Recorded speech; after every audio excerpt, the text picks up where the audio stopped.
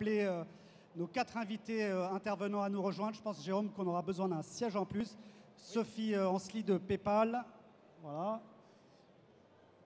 Olivier Marcheteau de Vestiaire Collective. Marc Ménassé, le fondateur et PDG de Menlook. Et Christian Raison, qui est cofondateur du site ManoMano. Voilà, j'ai demandé de les installer. Et on se retrouve dans une cinquantaine de minutes pour une rapide... On commence ? Vous pouvez démarrer. Alors, installez-vous tranquillement. On va démarrer. D'abord, je me présente. Donc, je suis Marc Lolivier. Je suis le délégué général de la FEVAD. Pour ceux qui ne connaissent pas, la FEVAD, c'est la fédération du e-commerce. Notre rôle, c'est d'accompagner le développement du e-commerce qui est représenté aujourd'hui dans la Paris Retail Week.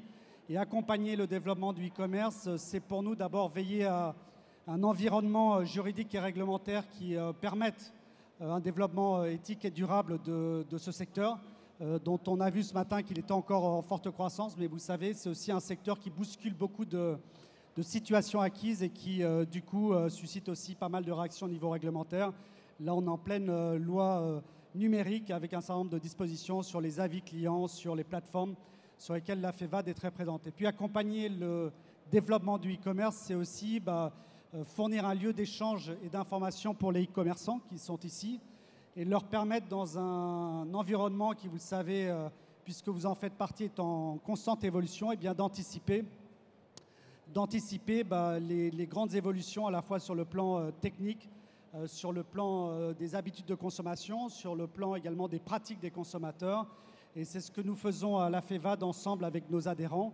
Et c'est ce qui nous permet d'être aujourd'hui un centre d'observation privilégié pour les nouvelles tendances du e-commerce que nous observons avec les adhérents. Alors parmi ces nouvelles tendances, il y en a une particulièrement importante. Il y en a plusieurs, on a vu ce matin notamment le mobile, mais il y en a une qui nous intéresse plus particulièrement aujourd'hui, qui va être l'objet de cette table ronde, qui est celle du développement du cross-border et du développement de l'international et plus particulièrement de l'Europe. Alors, pour vous illustrer un petit peu cette tendance rapidement, on va y revenir vraiment avec nos intervenants, à la fois sur le panorama et sur les tendances qui sont observées et les conseils qu'on peut donner aux e-commerçants. Je voudrais juste passer une slide qui est issue d'une étude qu'on fait tous les ans, puisqu'on interroge les dirigeants, vraiment les top dirigeants, le top management du e-commerce français, pour leur demander effectivement quelles sont leurs stratégies et leurs perspectives d'évolution. Et voyez à travers cette slide tout de suite l'importance que revêt aujourd'hui l'Europe et le cross-border, puisque 60% de nos adhérents FEVAD sont présents à l'international, avec, vous voyez, comme premier pays de destination, c'est la Belgique, mais ils ont tendance à considérer que ça fait partie de la France, donc parfois ils ne le comptent même pas. Et puis l'Italie et l'Espagne qui est passée à la première place l'an dernier, et l'Italie qui les rejoint cette année, et ensuite, vous voyez, les pays du Nord. À noter que dans cette étude, les perspectives d'investissement se portent plutôt sur l'Allemagne pour les années à venir. On reviendra avec nos intervenants pour savoir effectivement quelles sont les stratégies de développement. Autre point intéressant, c'est le fait que plus de la moitié, vous voyez, de ces sites-là font l'international, l'Europe, à partir de la France. Et là aussi, c'est un point sur lequel on reviendra tout à l'heure. Je voulais signaler également les principaux obstacles qui sont observés. On verra aussi si c'est aussi le cas pour nos invités. Le juridique, la logistique et puis les questions de fiscalité. Et dernier point pour introduire cette table ronde, vous voyez que plus de 90% des dirigeants de sites de e-commerce misent fortement sur l'international puisqu'ils anticipent une augmentation de leur chiffre d'affaires. Alors, pas dans 5 ans, dans 10 ans, dans les 2 prochaines années. Et on voit que 70% d'entre eux considèrent même qu'il va s'agir d'une forte augmentation. Alors, vous savez que dans le e-commerce, on a déjà tendance à avoir des augmentations, donc des fortes augmentations. C'est évidemment des augmentations à plus de 2 chiffres. Et là encore, sur un court terme, puisque c'est dans les 2 prochaines années. Alors avant de vous présenter les intervenants et de leur passer la parole, je vais juste faire un petit sondage, ça c'est sur nos adhérents. Quels sont ici parmi vous ceux d'entre vous qui ont une activité à l'Europe, donc quelle qu'elle soit, que vous soyez prestataire, levez la main qu'on voit un petit peu où est-ce qu'on en est. Est-ce qu'on est à 60%? Ouais, on n'est pas encore tout à fait à 50%. En tout cas, il y a une bonne marge de progression. On espère qu'avec cette table ronde, ça incitera ceux qui ne le sont pas encore à franchir le pas. Et pour ceux qui le sont, j'espère que ça vous permettra d'enrichir votre connaissance et peut-être de prodiguer des conseils. Alors, j'ai commencé avec cette table ronde. Je remercie vraiment les intervenants parce que lors de la préparation, on s'était demandé effectivement, c'est que la FEVAD est aussi présente au niveau d'une association européenne qui s'appelle e-commerce Europe, qui regroupe aujourd'hui 18 associations nationales. Mais il nous avait semblé plus intéressant pour cette Retail Week avec des professionnels de vraiment rentrer dans le vif du sujet et pas être dans le macro et le panorama, mais plutôt vraiment dans le concret de ce que c'est que l'Europe. Et donc on va commencer par juste un très court tour de table pour laisser nos intervenants se présenter. On reviendra après sur leur entreprise. Christian. Oui, bonjour, Christian Resson. Donc, je suis le fondateur avec Philippe de Chanville d'une place de marché qui s'appelle Mano Mano, spécialisée dans le bricolage et le jardinage. Nous sommes 100 personnes. Cette année, on va faire un petit peu moins de 100 millions d'activités de business volume. Et nous sommes présents dans 5 pays qui représentent aujourd'hui à peu près 20% de notre activité.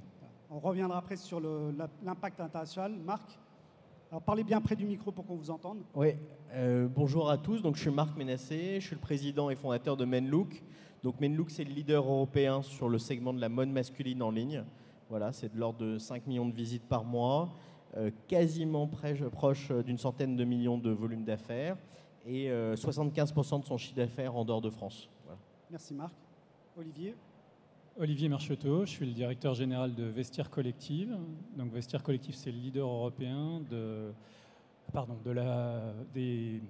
la mode et du luxe d'occasion en ligne. Donc c'est une plateforme entre particuliers avec une spécificité qui est le contrôle et l'authentification de tous les produits. Donc si Marc me vendait sa montre ou sa veste, il ne me l'enverrait pas directement. Elle passe chez Vestiaire Collective pour qu'on en vérifie l'état et l'authenticité.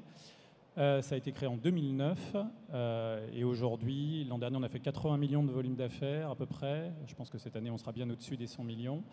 Je sais d'ailleurs qu'on sera bien au-dessus des 100 millions. Et on est 230 personnes réparties entre 6 pays aujourd'hui. Merci Olivier. On va finir avec Sophie. Bonjour, Sophie Ansely. Je suis directrice en charge du cross-border pour la région Europe chez PayPal. Et voilà, PayPal, c'est présent dans 202 pays avec 188 millions de consommateurs et 14 millions et demi de marchands donc, dans le monde entier. Voilà, alors ces 3 sites ont la particularité, vous l'avez compris, d'être très présents à l'international et à l'Europe. On va revenir avec eux dans le détail sur leur stratégie, sur leurs conseils, sur les erreurs qu'ils ont pu commettre et qui vont vous éviter de commettre. Mais avant cela, donc, avec Sophie, je vous propose de découvrir les résultats d'une étude réalisée avec Ipsos. Donc vous allez découvrir en avant-première les résultats grâce à Sophie, justement sur le cross-border, ce qui va nous permettre de planter un petit peu le décor sur l'état du cross-border en matière de e-commerce. Voilà, Sophie, c'est à toi. Merci. Alors, on va peut-être aller... Est-ce que tu as un bip pour gérer les slides ou pas? Non. J'ai trouvé. Merci. Alors, on a fait une étude qu'on a sortie au premier semestre 2016 auprès de 2000 marchands en Europe et aux États-Unis, dont 200 marchands en France. Le profil des marchands, c'est à la fois des gros, des moyens et des petits, à peu près un tiers, un tiers, un tiers. On a voulu comprendre pourquoi ils vendaient à l'international, quels étaient leurs freins à l'international, et on a mis ça en perspective avec une étude qu'on fait auprès de consommateurs, 26 000 consommateurs dans le monde, et on fait ça tous les ans. On l'a déjà fait 2 fois, on va le faire une 3e fois aussi cette année. Alors, on a remarqué, là je vais faire un focus vraiment sur l'Europe de l'Ouest, qu'on a un peu plus d'1 acheteur en ligne sur 2 en Europe de l'Ouest qui disent qu'ils ont acheté à l'international. C'est très disparate en fonction des pays, hein. Ça va de plus de 80% des acheteurs en ligne en Irlande au pourcentage le plus faible, mais qui reste quand même assez élevé, à 31% en Allemagne. Et ces gens, ils disent qu'ils achètent partout dans le monde, mais en particulier en Europe de l'Ouest. Puisqu'on a 80% de ces acheteurs en ligne qui ont acheté à l'international, qu'ils disent qu'ils ont acheté auprès d'un e-commerçant en Europe de l'Ouest. Et pour eux, la France, c'est la 6e destination d'achat. Alors, les e-commerçants français l'ont bien compris, ça rejoint le chiffre que Marc présentait tout à l'heure. On a vu un chiffre un tout petit peu plus élevé, on voit qu'on a 64% des marchands français qui disent qu'ils vendent déjà à l'international. Et la bonne nouvelle, c'est que c'est un pourcentage qui devance celui des autres pays européens. Puisque je ne sais pas si vous le voyez bien, mais en Angleterre, c'est 56%, en Espagne, 59%, Italie, 55%, Espagne, 61%, Allemagne, 59% et Italie, 55%. Et il y en a certains qui vendent d'ailleurs que à l'étranger, ils sont 10% en France. Ça tombe bien parce que la France, c'est aussi une destination plébiscitée par les e-commerçants européens et américains, ça vous le savez bien. C'est tout systématiquement dans le top 3 des destinations en termes d'opportunités pour les e-commerçants européens. Alors les e-commerçants français, ils disent que leur cible, c'est 1, l'Allemagne, 2, l'Espagne, 3, l'Angleterre, 4, l'Italie et ensuite la Suisse. Ça, c'est pour l'Europe. Tu avais une question ? Non. D'accord. Alors ensuite, donc, j'ai voulu mettre ça en perspective avec les résultats qu'on a vus côté consommateur. Alors il y a quelques tendances phares sur lesquelles je vais insister. Numéro 1, ah oui, alors déjà, ils vont commencer à vendre à l'étranger parce que ça répond vraiment à une demande de leurs consommateurs étrangers. En fait, ce qu'ils remarquent, c'est qu'ils ont naturellement des ventes qui proviennent de consommateurs à l'étranger. Donc ils se disent, bon, bah, peut-être autant aller un petit peu plus loin, quoi. Ça, c'est la deuxième raison qu'ils invoquent. Alors, numéro 1, la localisation, ça semble assez évident, mais c'est évidemment un facteur d'augmentation du taux de transformation à l'international. Alors ça dépend. La localisation, c'est pas juste traduire son site dans la langue du consommateur, c'est évidemment traduire son site.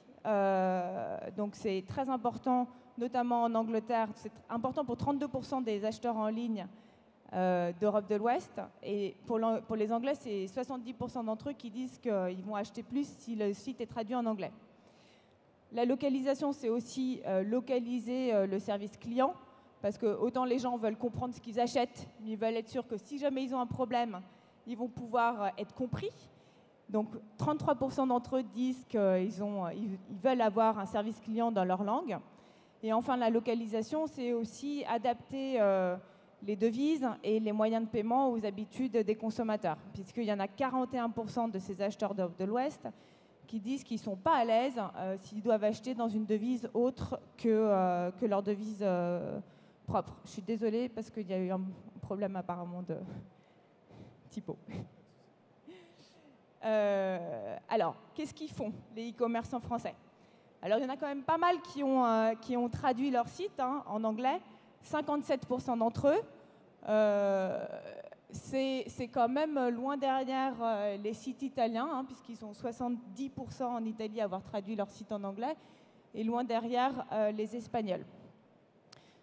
Encore une fois, il n'y a pas de compétition en Europe, mais quand même les Anglais aussi. Alors, ils ont un très gros marché local, mais ils ont assez peu traduit leur site dans les langues locales. Et la première langue qui est traduite, c'est le français. Alors, la deuxième tendance très importante dont vous avez évidemment entendu parler, c'est le mobile. On a 32% des acheteurs en ligne à l'international d'Europe de l'Ouest qui ont déjà acheté à partir d'un mobile. Et il y en a même en France, c'est 3% des Français qui ont acheté que à partir d'un dispositif mobile ou tablette. C'est 3% en France et c'est 7% en Angleterre. C'est pour vous donner un chiffre. Et pour les Anglais, parmi ceux qui achètent à l'international, c'est 13% qui n'achètent que à partir d'un dispositif mobile ou tablette. Donc évidemment, le mobile et tablette, c'est indispensable. Et d'ailleurs, il y a un chiffre qui me paraissait assez intéressant. Donc on a 59% des marchands qui ont lancé un site spécifique pour leur mobile, mais on n'en a que 42% qui ont fait la même chose pour les tablettes. Or, les tablettes, ça représente un pourcentage plus important de leurs ventes que les smartphones. Alors, de temps en temps, quand le site est responsive, on va dire, OK, il est responsive pour les tablettes et pour les mobiles, mais c'est encore une fois, et je pense que ça rejoint la discussion qu'il y avait tout à l'heure, c'est toujours penser à son achat dans le contexte dans lequel est le consommateur. Un autre point important, comment est-ce qu'on fait pour générer du trafic sur son site? Là encore, il y a quelques disparités entre là où les marchands investissent pour générer du trafic et ce que font vraiment les consommateurs, notamment un point important qui est les investissements en médias sociaux, puisque ça représente 36% de la façon dont les acheteurs en ligne internationaux vont trouver un site. Et en revanche, ça ne représente que 23% des investissements des e-commerçants. Et un autre point aussi, c'est l'investissement dans la notoriété de la marque. Il y a 40% des acheteurs en ligne à l'international qui vont trouver une marque parce qu'ils en ont entendu parler. Ça peut être aussi par un ami. Et en fait, ça ne représente que 21% des investissements. Les barrières. Alors la logistique, c'est la barrière numéro 1, aussi bien côté marchand que côté consommateur. Les marchands, ils pensent que c'est pour 27% d'entre eux, c'est vraiment la barrière numéro 1. Mais les consommateurs, ils disent que c'est 45% d'entre eux qui disent que c'est la barrière numéro 1. Donc c'est vraiment très, très important. Logistique, ça veut dire politique d'expédition, mais aussi politique de retour. Ça, je reviendrai peut-être tout à l'heure. Voilà. Peut-être que je ne vais pas donner la conclusion tout de suite. Comme tu veux. On en reviendra parlera après. Ouais. Allez, on revient après. Merci beaucoup, Sophie, pour toutes ces informations extrêmement intéressantes qui permettent de mieux comprendre, effectivement, avec une vision panoramique, à la fois les points, les leviers de développement, et puis surtout également, c'est essentiel de bien comprendre aussi les attentes des consommateurs et de voir effectivement comment on peut ajuster et faire matcher les deux. Alors, ce que je vous propose maintenant, c'est de voir effectivement avec nos différents intervenants, et Sophie, tu pourras intervenir à chacune des parties. On va articuler ça en plusieurs parties. On va commencer d'abord par leur demander un petit peu ce que représente l'international chez eux, dans combien de pays ils sont, ce que ça représente à peu près en chiffre d'affaires et en termes de croissance, par exemple, sur l'année. Christian. Alors nous, on est une jeune entreprise puisque notre site a été lancé en juin 2013 et à l'époque, on s'appelait monéchelle.fr, donc on n'était pas du tout dédié à se lancer à l'international, puisqu'on s'appelait donc monéchelle.fr, un site de bricolage. Et c'est au bout de 6-8 mois qu'on a lancé notre stratégie internationale, qu'on a fait des levées de fonds, etc. Depuis l'été 2015, nous sommes présents en Espagne et en Italie. Je ne parle pas de la Belgique, parce que comme tu le disais, Marc, la Belgique, c'est un pays que tu ouvres quand tu es en France déjà. Donc on était déjà présents en Belgique. Donc juin 2015, Espagne-Italie, et on a ouvert la Grande-Bretagne en janvier 2016. Et le prochain pays qu'on ouvre, c'est l'Allemagne, qui va être ouvert au dernier trimestre de cette année. Et aujourd'hui, donc, on représente l'international, donc qui est très jeune chez nous, mais aussi on est très jeune également, entre 20 et 25% de notre volume d'activité. Voilà. Et en termes de ressources internes, on est plutôt à 15% des effectifs qui sont dédiés uniquement à l'international et dédiés à cette activité. Voilà. D'accord. Et on reviendra aussi sur l'emplacement de ces effectifs. Est-ce qu'ils sont tous localisés en France ou à l'étranger? Marc. Donc nous, on a une grande chance, c'est que dans le métier de la mode, notamment dans le multimarque, on vend des marques qui sont par définition connues quasiment dans le monde entier. Et donc le projet Menlook, très rapidement, quand on a ouvert le 7 septembre 2010, donc on vient de fêter nos 6 ans, on a 6 mois après ou 8 mois après ouvert notre site en anglais, pris un contrat à l'époque FedEx ou DHL et envoyé des commandes du jour au lendemain dans 60 pays, je me rappelle. Et puis ça nous a permis en fait de comprendre quels étaient les pays où vraiment on pouvait répondre à une demande et croître. Et donc assez simplement, ça a été le UK en premier. Donc on a décidé d'améliorer notre expérience consommateur spécifiquement en Angleterre, de faire une acquisition en Angleterre, de s'installer en Angleterre. Et aujourd'hui, on fait à peu près 20% de notre chiffre d'affaires en Angleterre. Voilà. Et ensuite, on l'a fait la même chose en Allemagne, sur le même processus. Et puis, on a ouvert différents pays. Donc aujourd'hui, on a une dizaine de versions de sites. Alors, on a une particularité, c'est justement en faisant 75% de notre chiffre d'affaires en dehors de France. On fait 25% au grand export et 75% en Europe. Et on a à peu près 70%, un peu moins, 65% des effectifs en dehors de France. Donc on est installé à Londres, Hambourg, Barcelone et Paris. Voilà, donc c'est une entreprise qui a beaucoup évolué, qui est devenue une vraie entreprise européenne avec tous les challenges auxquels on peut faire face dans la culture, par exemple, d'entreprise, parce que manager un bureau allemand, on imagine bien que c'est un petit peu différent de manager un bureau français. Voilà, et bien sûr, ce qui nous anime au quotidien, c'est le consommateur, et avec des disparités de comportement consommateur qui sont très importantes. Et je dirais probablement ce qui est important dans cette table ronde, c'est d'évaluer justement ces différents comportements consommateurs pour avoir la meilleure expérience et pouvoir faire le plus de business. Olivier ? On va retrouver des éléments communs pour Vestiaire Collective avec Menlook. On est sur des marques de mode haut de gamme et du luxe. Donc on est sur une clientèle dès le départ qui a été estimée comme étant mondiale. Donc en 2009, Vestiaire se lance sous le nom de Vestiaire de copine en France. Et dès 2012, là aussi, on a ouvert le plus gros marché européen quand on croise le luxe et l'e-commerce, qui était l'Angleterre. Sachant que comme pour Menlook, il y a eu une approche d'ouvrir assez vite un .com et de voir du coup quels étaient les clients qui venaient naturellement sur ce site international. Donc, le UK a été un succès aussi, et du coup en 2014 on a lancé l'Allemagne et les États-Unis. On y reviendra peut-être tout à l'heure, mais nous on n'est pas que en Europe, on a fait le pari aussi de se lancer dans une aventure américaine. Et l'année dernière, du coup, on a déployé l'Italie, l'Espagne, et on vient de lancer en 2016 les pays nordiques.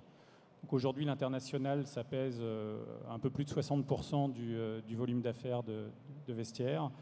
Sachant qu'au-delà des pays où on est implanté avec un site localisé et une équipe, un peu dans le même modèle que Menlook, on est capable aujourd'hui de livrer dans 50 pays dans le monde. Donc on a toute une partie de notre business qui est faite dans des pays où on n'est pas implanté, où on n'a même pas localisé le site et où les gens viennent simplement sur le site .com en anglais, mais sont capables d'être livrés avec une infrastructure derrière qui leur permet d'avoir une bonne expérience. Donc on voit l'international reprendre vraiment un succès chez vous, 75%, 60%. Christian, tu as donné le chiffre.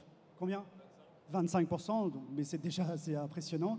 Alors ce que j'aimerais qu'on revienne maintenant avec vous, c'est quelle a été la stratégie que vous avez déployée, parce que ça semble simple comme ça, mais j'imagine qu'il y a un certain nombre d'obstacles et de verrous à lever. Donc, quelle a été un petit peu la stratégie en termes de direction que vous avez donnée? Et puis peut-être aussi, est-ce qu'on retrouve à la fois les obstacles qui ont été cités par Sophie, et puis aussi en termes d'investissement? C'est très intéressant.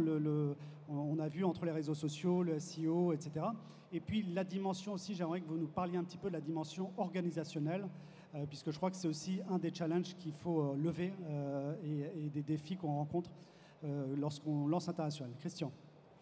Alors, nous, quand on a ouvert l'international, on a regardé 3 choses principalement. Le marché, trouver un financement, on est encore une jeune start-up, et troisièmement, les équipes. Donc l'organisation, vraiment, comment on fait pour les attaquer. Le marché, c'est assez simple, on l'a vu dans l'étude PayPal, c'est que vous avez 5 gros pays qui existent. Nous, culturellement, parce que le français est quand même un latin, on a décidé de partir d'abord en Europe du Sud.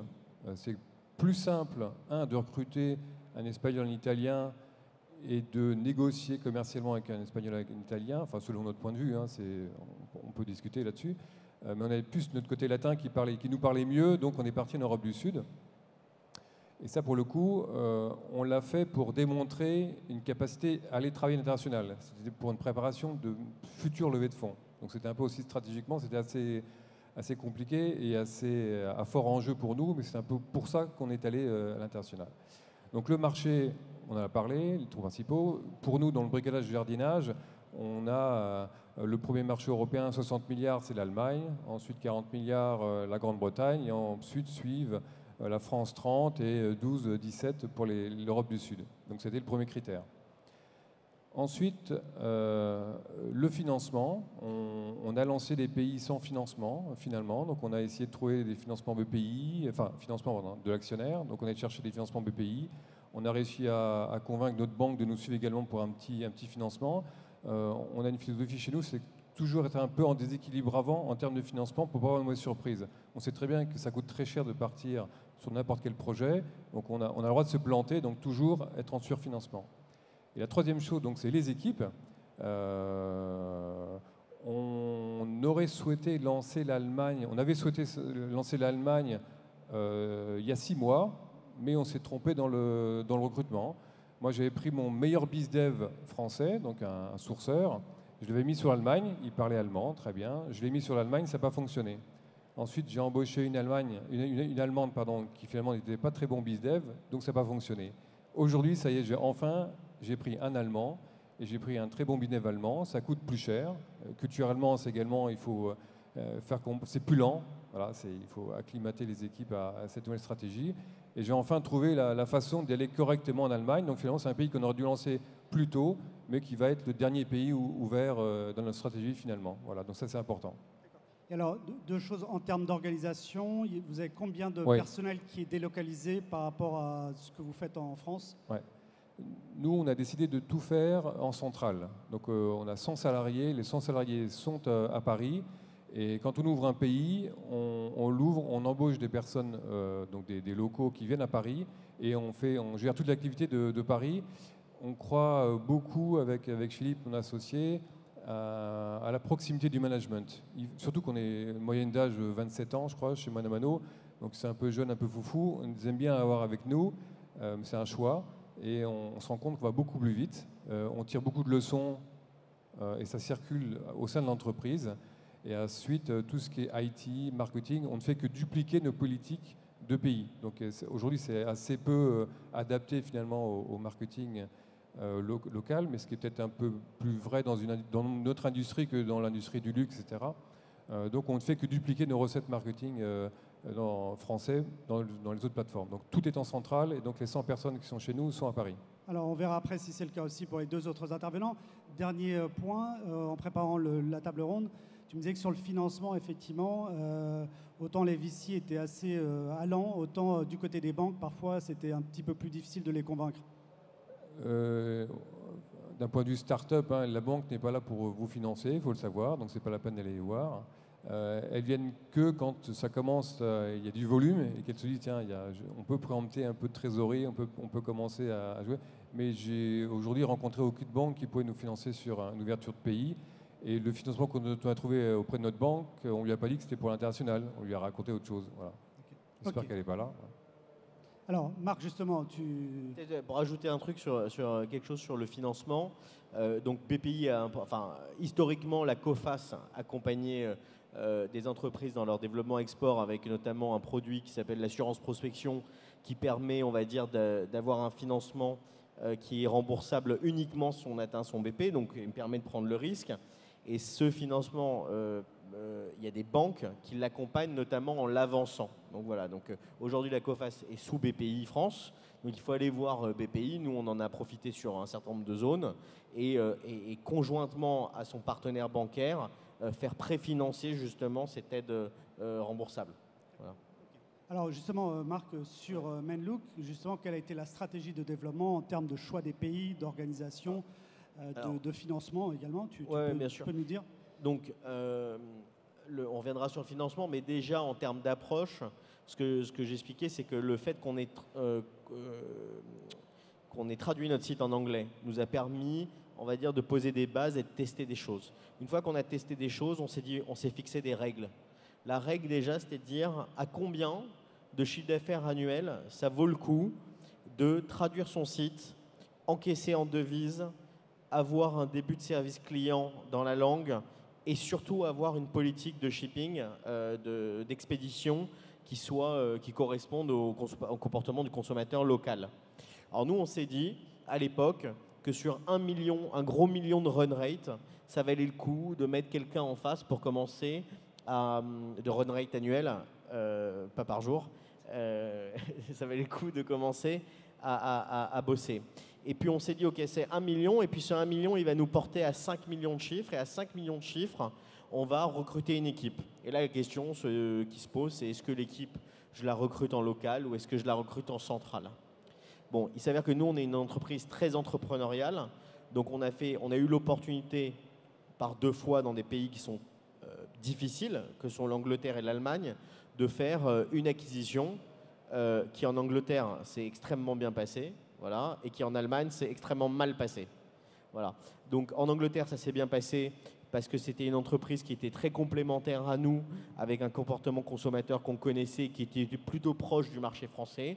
En Allemagne, ça s'est extrêmement mal passé parce que la boîte était une boîte plus ancienne, moins entrepreneuriale, et surtout le comportement du consommateur allemand, c'est l'enfer.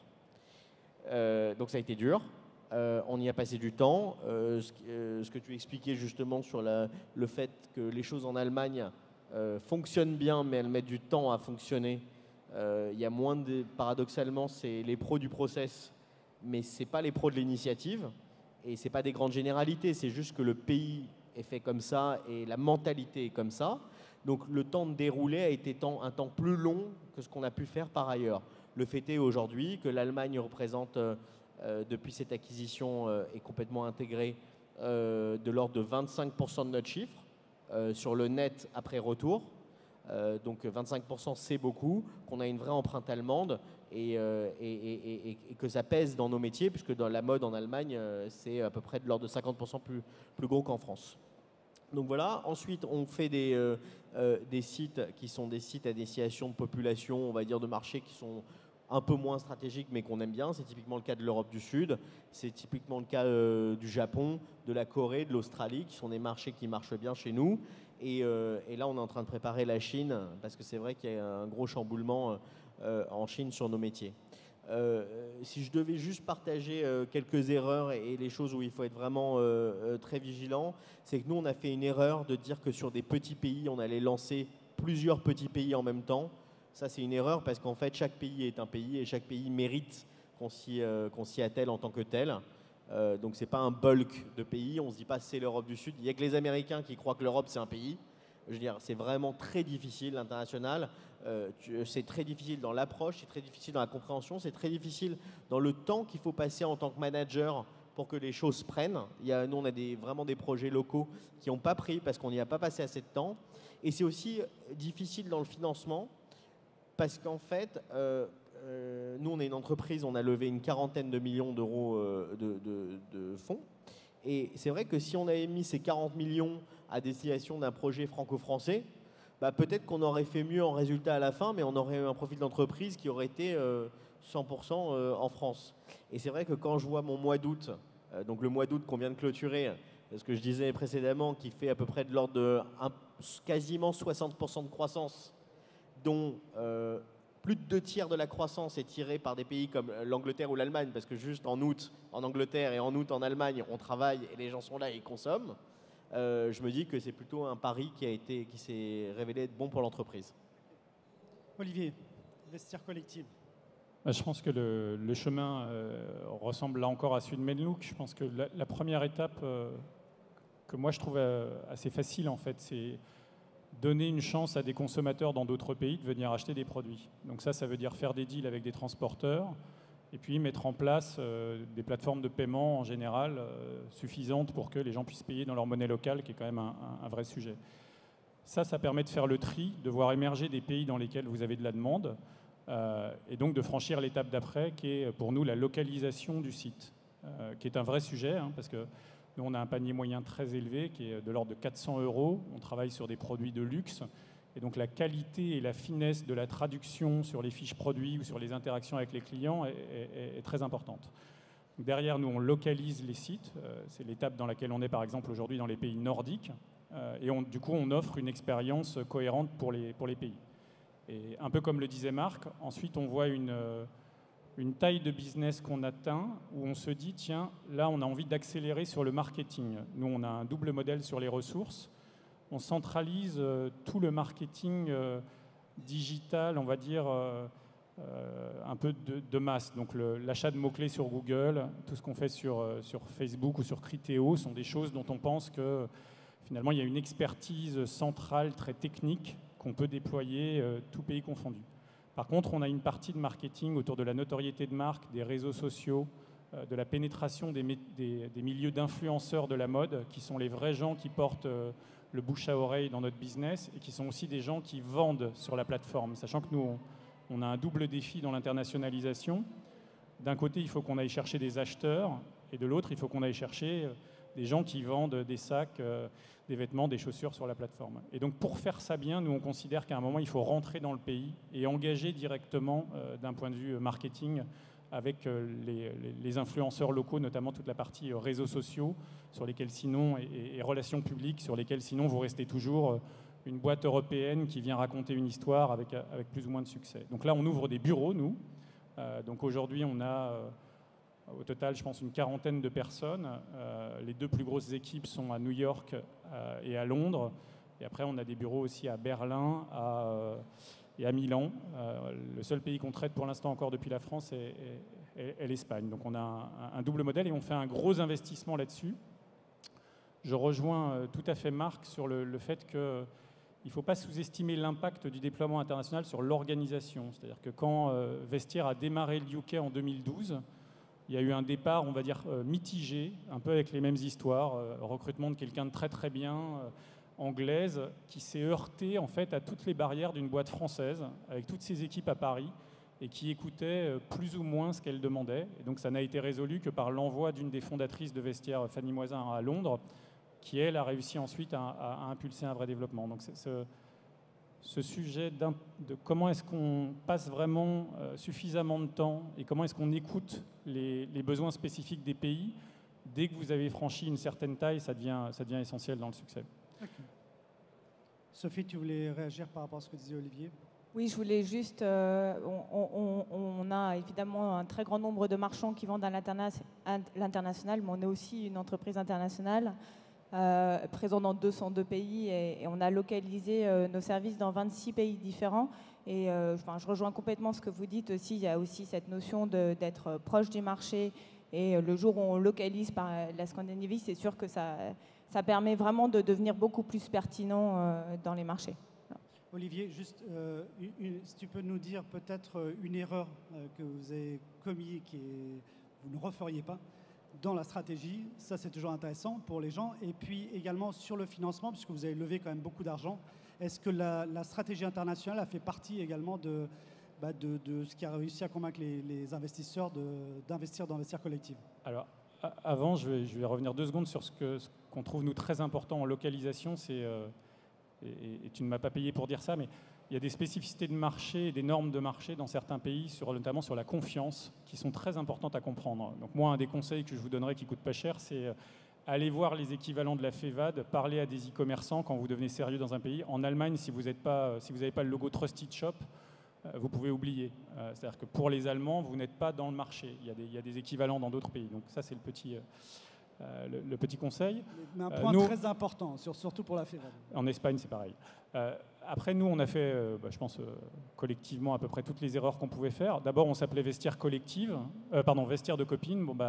Si vous avez des vraies ambitions à l'international, et je sais que c'était la même chose sur mon échelle, vaut mieux changer de nom tôt que tard, parce que plus vous changez de nom tard, plus vous perdez du SEO et plus vous perdez du business. Donc il y a eu une année 2012 très compliquée chez Vestiaire, parce que le changement de nom qui a été fait pour l'international a grosso modo amené à une perte de 20% de trafic, y compris sur le site en France. La deuxième erreur, c'est il ne faut pas appliquer des paradigmes français au marché. En France, nous, historiquement, Vestiaire est un partenaire un partenariat fort avec La Poste et notamment avec Colissimo. Et en France, Colissimo, en qualité de service, c'est quand même pas très très loin des expressistes. C'est-à-dire, vous êtes au-dessus de 95% de qualité de service, les bureaux de poste sont propres, c'est un service agréable, etc. On a déployé du coup avec La Poste et avec des partenaires intermédiateurs dans d'autres pays. Et là, il faut vérifier ce que vous faites, parce qu'en Europe du Sud, les postes espagnoles et italiennes, ce n'est pas tout à fait la même qualité de service, voire pas du tout que la poste française. Donc il y a un vrai sujet de se dire, je vais au bout de l'expérience client et je vérifie que les gens à qui je confie une partie de mon expérience client, ils sont aussi fiables que ceux que j'ai mis en place en France. Voilà, et ta dernière question, c'était le financement. Sur le financement. Je pense, j'aimais bien la façon dont c'était présenté tout à l'heure, il faut avoir un temps d'avance. C'est-à-dire qu'à un moment, lancer des pays sérieusement, ça coûte de l'argent. Il faut aller chercher des clients, il faut apprendre sur les coûts d'acquisition.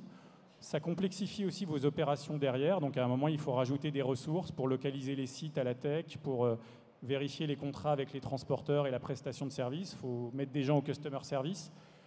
Et donc, il faut se donner une échelle de rentabilité plutôt à 3 ou 4 ans que immédiate. Alors, ça dépend des business, mais même avec un business model vertueux, en général, vous en avez pour un peu de temps avant d'arriver à l'équilibre à l'international.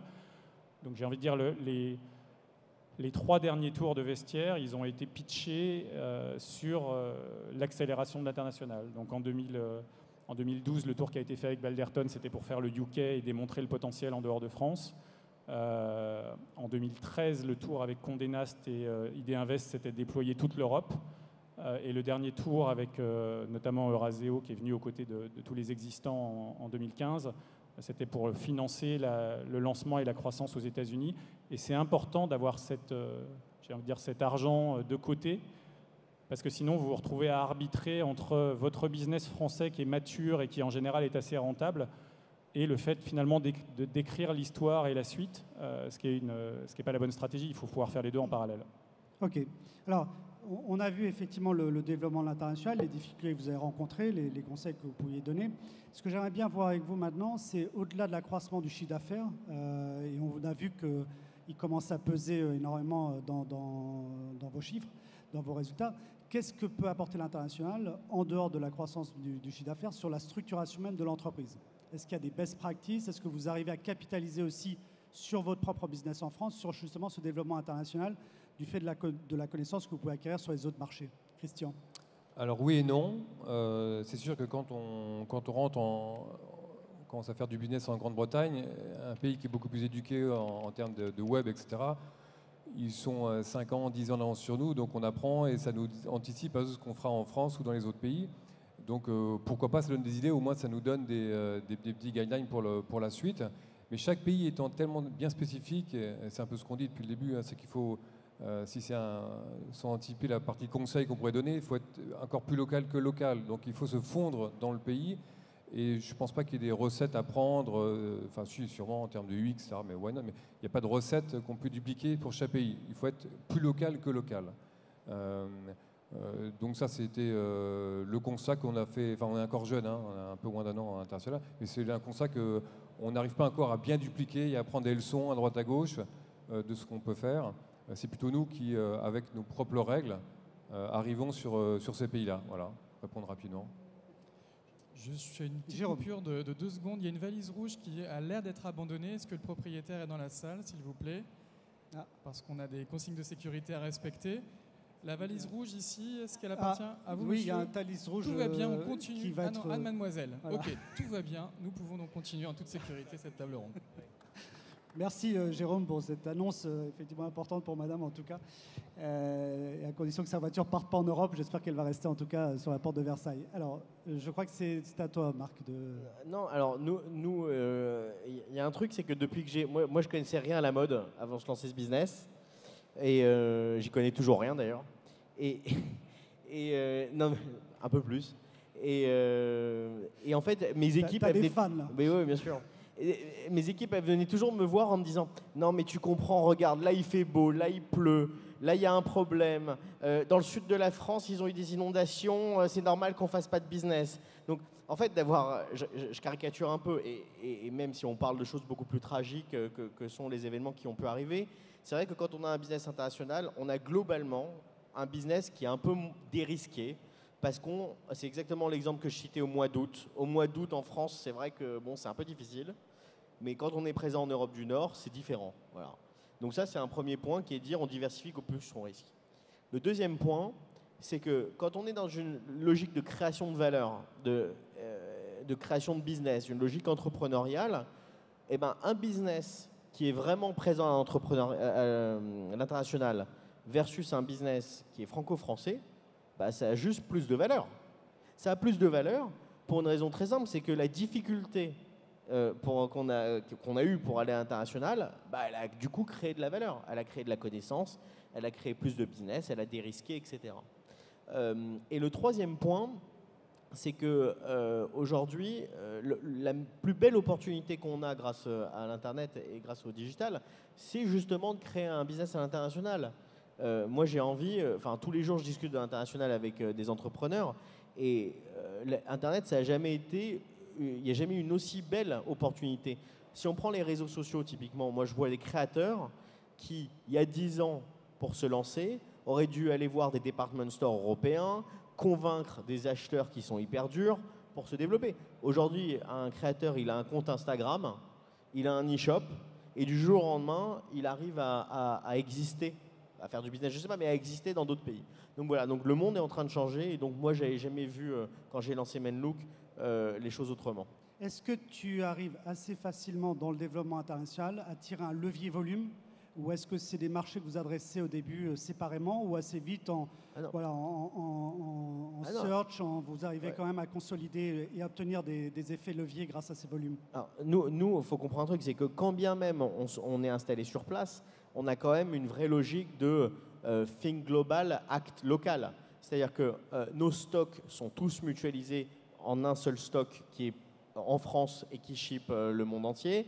La base de produits, je ne parle pas de la marketplace parce qu'on a un business marketplace et un business stocké. Sur le business stocké, ce sont les mêmes produits. La seule chose qui change, c'est finalement le merchandising.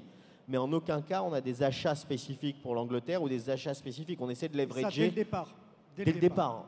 Voilà. Alors, si on avait fait ça, c'est clair qu'on aurait dupliqué, en fait, on aurait créé plusieurs boîtes dans la boîte. Voilà. Donc ça, c'est important. Alors, ce qui est formidable aussi, c'est le fait d'avoir lancé la marketplace, puisque la marketplace chez Menlook permet, et où on travaille majoritairement avec des marques, permet notamment de localiser l'assortiment. C'est-à-dire qu'en Allemagne, quand vous bossez avec Marco Polo, deuxième marque casual en Allemagne pour hommes, Marco Polo, c'est un mastodonte en Allemagne, c'est quasiment inconnu en dehors d'Allemagne. Donc du coup, au lieu d'engager notre cash à acheter en ferme du Marco Polo et à pouvoir le vendre uniquement en Allemagne, qui fait 25% de notre chiffre, on le rentre en marketplace et il a l'opportunité de vendre en Allemagne et aussi un peu ailleurs. Olivier? Alors pour nous, comme on est une place de marché C2C, le premier sujet de l'international, c'est que si on veut grandir, il faut qu'on ait le meilleur catalogue du monde. Et à un moment, je ne dis pas qu'on a vidé tous les placards de mode et de luxe en France, mais le fait d'agrandir le catalogue, il passe par la capacité à aller chercher des sacs Hermès, des sacs Chanel, des sacs Vuitton dans les autres pays et d'aller étendre notre marché. Donc l'international, nous, ce qui nous donne, c'est avant tout cette capacité à faire grandir notre activité. Aujourd'hui, pour vous donner un chiffre, on a 70% des produits qui franchissent une frontière. Donc une vendeuse à Berlin qui vend à une Italienne. Notre modèle logistique fait que ça passe par Paris, parce que c'est là que se passe le contrôle. Mais nous, déjà, la première valeur ajoutée de l'international, c'est ça. C'est la capacité à avoir les 450 000 produits qu'on a aujourd'hui dans le catalogue, qu'on n'aurait pas trouvé simplement en France.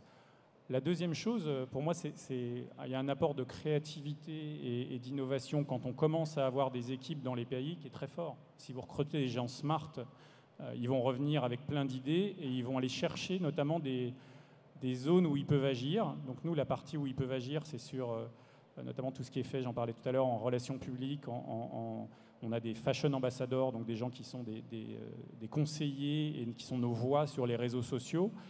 Et on a un certain nombre d'opérations qui ont été tellement réussies dans un pays qu'on a décidé de les déployer ensuite de façon européenne, parce qu'il y a cette capacité à amener des idées nouvelles de gens qui sont potentiellement aussi smart ou plus smart que les gens qu'on a à Paris. Le troisième vrai apport, je pense qu'en fait, ça met la boîte sous tension. C'est-à-dire que vous avez une tension externe et une tension interne. La tension externe, c'est à un moment, quand votre business il a 7-8 ans dans un pays, il y a des choses dont vous savez que ça ne tourne pas parfaitement bien, mais qui sont devenues votre façon de faire. Quand vous ouvrez un nouveau pays avec des gens passionnés, ils vont vous redire très fort ce que leurs clients leur ont dit. En plus, il y a des pays potentiellement, je pense à l'Allemagne ou l'Angleterre, où le niveau moyen d'attente des clients sur l'e-commerce il est encore plus élevé qu'en France. Donc cette tension externe, elle va vous amener à être meilleur et à remettre en cause certains de vos processus opérationnels ou certaines de vos façons de traiter les clients. Et la deuxième pression, en fait, c'est une pression interne. Parce que quand vous commencez à avoir une organisation où vous avez 5 ou 6 country managers de bon niveau qui regardent ce que font les équipes centrales et qui sont responsables de leur P&L et de leurs résultats dans le pays. Moi, j'ai bossé chez Nike, ils appelaient ça la tension créative, c'est-à-dire il y a des gens qui ont des idées qui sont censés exécuter d'un côté, et de l'autre côté, il y a la même chose. Et donc, par moment, ça pousse tout le monde à être meilleur. Donc, je pense que ça, c'est un effet induit que nous, on ressent vraiment dans la rigueur des échanges qu'on a et la qualité du service qu'on délivre à nos clients. Ok, alors il nous reste 7 minutes, très précisément. Est-ce qu'à ce stade, il y a des questions dans la salle? On peut peut-être prendre une ou deux questions dans la salle avant de passer au conseil de nos spécialistes et experts en cross-border. Allez, la demoiselle madame. en premier et ensuite le monsieur là-bas. Mademoiselle, levez-vous et présentez-vous rapidement. Michaela Merck, consultant en digital et notamment en digitalisation du vendeur augmenté. Alors j'ai une question à vous tous. On a beaucoup parlé des livraisons, mais pas trop des retours. J'ai monté plusieurs sites marchands et j'ai constaté, notamment à l'international, que le retour c'est vraiment un enfer au niveau coût, au niveau logistique, au niveau gestion. Qu'est-ce que vous en dites? Est-ce que ce qu'on peut faire, c'est peut-être prendre 2-3 questions, comme ça on pourra y répondre en bloc, ça permettra d'en prendre un peu plus. Merci madame pour la question. Monsieur également, levez-vous et présentez-vous en 2 mots. Bonjour, Martin Collier d'Air France. On fait beaucoup de chiffre d'affaires à l'international chez Air France. Moi, je voulais savoir, en termes d'opération, la newsletter, l'email, est-ce que vous le placez typiquement dans les activités que vous centralisez ou que vous laissez en local? Ok. Est-ce qu'il y a une 3e question et puis après on va faire Merci, levez la main pour une 3e question. Profitez-en, on a vraiment des panélistes de très haut niveau. Pas de 3e question? Pas de 3e question. Alors, non. Ok, alors on va déjà répondre à ces 2 questions.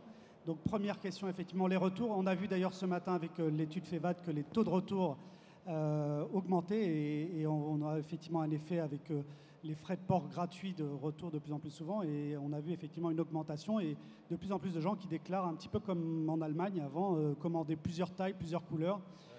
Pour en commander qu'un seul. Alors comment est-ce qu'on gère ça à l'international déjà? Alors nous, dans le bricolage et jardinage, on a très peu de retours, tout en Europe compris. C'est-à-dire que quand vous recevez votre chalet de jardin, il y a très peu de retours sur ces produits-là et le consommateur n'a pas cette habitude, plutôt dans le fashion, d'aller faire des multi-commandes.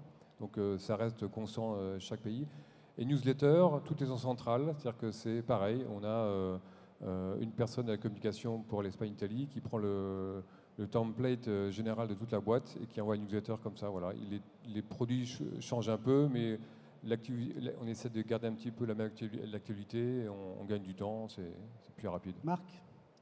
Alors, nous, les retours, pour le coup, c'est un sujet, un peu plus. Donc les retours, en fait... Surtout en Allemagne, j'imagine. Surtout en Allemagne. Bon, en Allemagne, on est à 45% de taux de retour. Et encore, on est des champions à 45% de taux de retour. Il faut comprendre un truc, c'est qu'en Allemagne, le consommateur de base, il fait du 41 en chaussures, et il achète un 40 et un 42, et un 41. Donc ça fait 66%. Donc quand on est à 45, on est mieux que 66. Mais en fait, l'idée, c'est de dire quoi en retour? C'est qu'on a, dans les pays qui comptent, nous, on fait le retour gratuit. Donc on fait la livraison gratuite au premier euro. Donc vous achetez une paire de chaussettes, c'est gratuit. Et la livraison, le retour, gratuit pendant 30 jours. Ce qu'on a organisé et ce qu'on a développé en termes d'IT et de savoir-faire sur l'international, sur les pays qui comptent, c'est d'avoir une adresse de retour locale, donc du consommateur à cette adresse de retour. On va grouper les retours et les renvoyer pour créer de l'économie d'échelle à notre plateforme de shipping. Voilà, comme ça nous fait gagner de l'argent, ça nous fait à peu près gagner de l'ordre de 30 à 40% par rapport à un retour direct à l'entrepôt final. Sur les newsletters, on laisse complètement les pays libres sur ce qu'ils mettent à l'intérieur des newsletters, donc en termes de merchandising. Par contre, ils utilisent, comme mano les templates qui sont faits en centrale et ils ont un peu quand même de capacité, on est plutôt souple s'ils veulent les adapter. Olivier, rapidement, parce qu'on est un petit peu... bien sûr. Alors nous, sur la logistique, en fait, on a un sujet très particulier parce qu'on a deux... En fait, c'est pas du retour, c'est les clients qui nous envoient déjà le produit de toute l'Europe vers Paris et après, il faut qu'on leur renvoie dans l'autre sens. Donc nous, on a passé beaucoup de temps sur le sujet parce qu'effectivement, on s'est rendu compte que beaucoup des acteurs, notamment français, nous proposaient des voies de retour qui n'étaient pas très fiables et pas très suivies. Nous, on a un vrai sujet. Les gens sont avec un produit à 400 € en moyenne. Les gens, quand ils ont une journée de retard, ils commencent à paniquer. Donc, bref, c'est juste une question de rigueur et de passer du temps pour comprendre quels sont les partenaires qui ont aujourd'hui en place des vraies procédures de retour. Je pense que le sujet sera derrière ça sera facile dans 2-3 ans parce que les volumes transfrontaliers sont en telle accélération que tous les transporteurs sont sur le sujet. Et les newsletters, je pense qu'on est nous dans un 70-30, c'est-à-dire c'est l'équipe centrale qui définit les templates et les grandes lignes de la stratégie, notamment sur les niveaux de pression et les segmentations.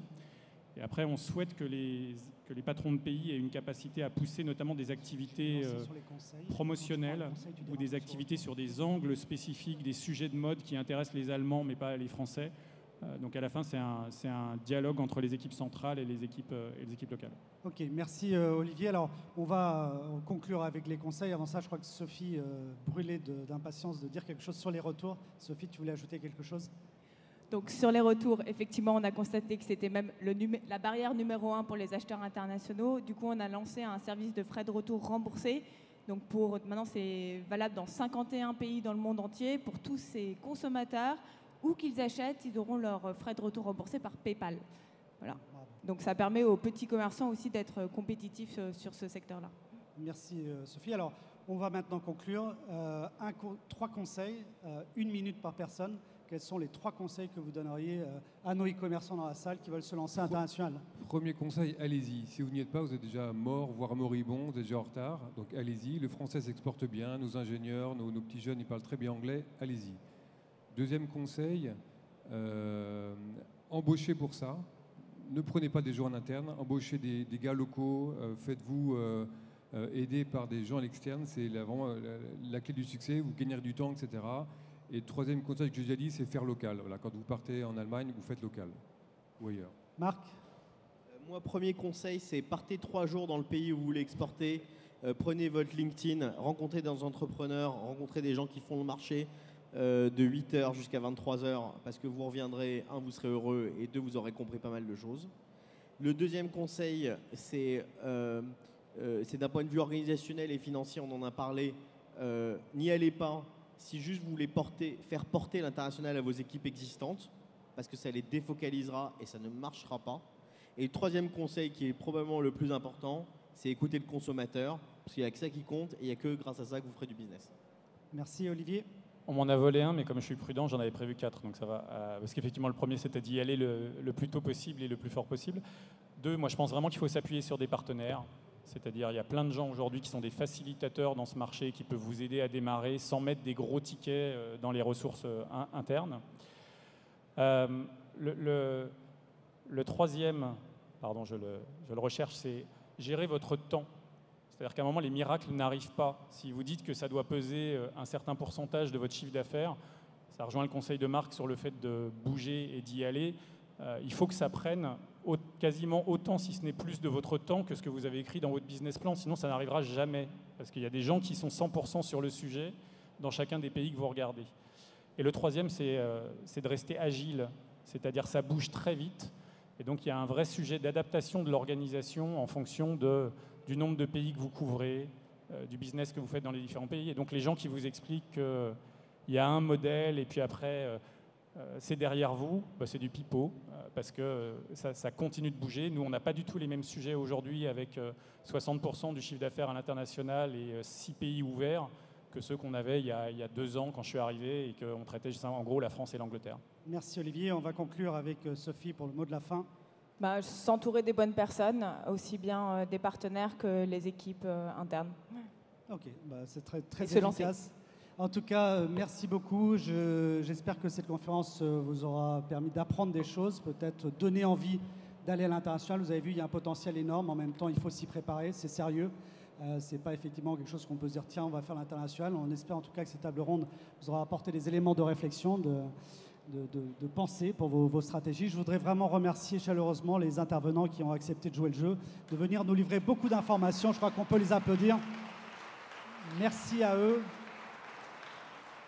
Et merci à... Et je voudrais conclure en vous souhaitant à toutes et à tous vraiment une excellente Retail Week 2016 et à très bientôt. Merci beaucoup. Merci aussi à Marc.